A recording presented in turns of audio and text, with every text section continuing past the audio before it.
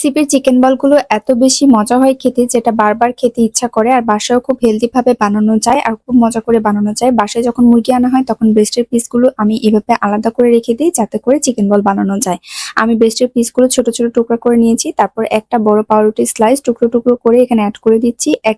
একটা কাঁচামরিচ টুকরা করে দিয়েছি, 1 চামচ কর্নফ্লাওয়ার, স্বাদ মতো লবণ, 1/3 স্পুন আদা রসুন বাটা, তারপরে 1/3 স্পুন গোলমরিচের গুঁড়া, হাফ চা চামচ সয়া সস, টমেটো সস, তারপরে দিয়েছি একটা ডিম, আর হচ্ছে লেবুর একটা স্লাইসের রস চিপে দিয়েছি। ভালো করে মাখিয়ে নিয়ে ব্লেন্ডিং জারে ব্লেন্ড করে নিয়েছি। একদম আঠালো হবে আপনার থিকনেসটা, সেরকম থিকনেসে রেখে হাতে তেল মাখিয়ে নিয়ে এরকম গোল গোল শেপ দিয়ে নিচ্ছি।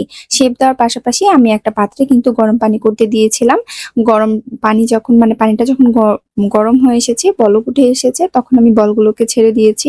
একদম ঘুরি ধরে 10 মিনিট এটাকে রান্না করে নিতে হবে। প্রথম দিকে কিন্তু বলগুলো নিচে পড়েছিল, যখন সিদ্ধ হয়ে গেছে তখন কিন্তু উপরে ভাসতে শুরু করেছে, তার মানে এগুলো সিদ্ধ হয়ে গেছে। তারপরে এখন আমি এগুলোকে উঠিয়ে নিয়ে আপনারা চাইলে অল্প তেলেও ভাজতে পারেন, আবার ডুবো তেলেও ভাজতে পারেন। আমি অল্প তেলে ভেজে নিচ্ছি। ভেজে নিলে আমার কিন্তু চিকেন বল একদম রেডি। সসের সাথে আপনারা সার্ভ করতে পারেন। তো প্রথমবার আপনাদের সাথে এই রেসিপিটা আমি শেয়ার করেছিলাম, তখন ডিম অ্যাড করেছিলাম না এর মধ্যে। ডিমটা অ্যাড করার কারণে এটা আরো বেশি সফট আর পুষ্টিগুণ সম্পন্ন হয়েছে। এটা খেতে খুবই খুবই মজা, একবার হলেও ট্রাই করে দেখবেন।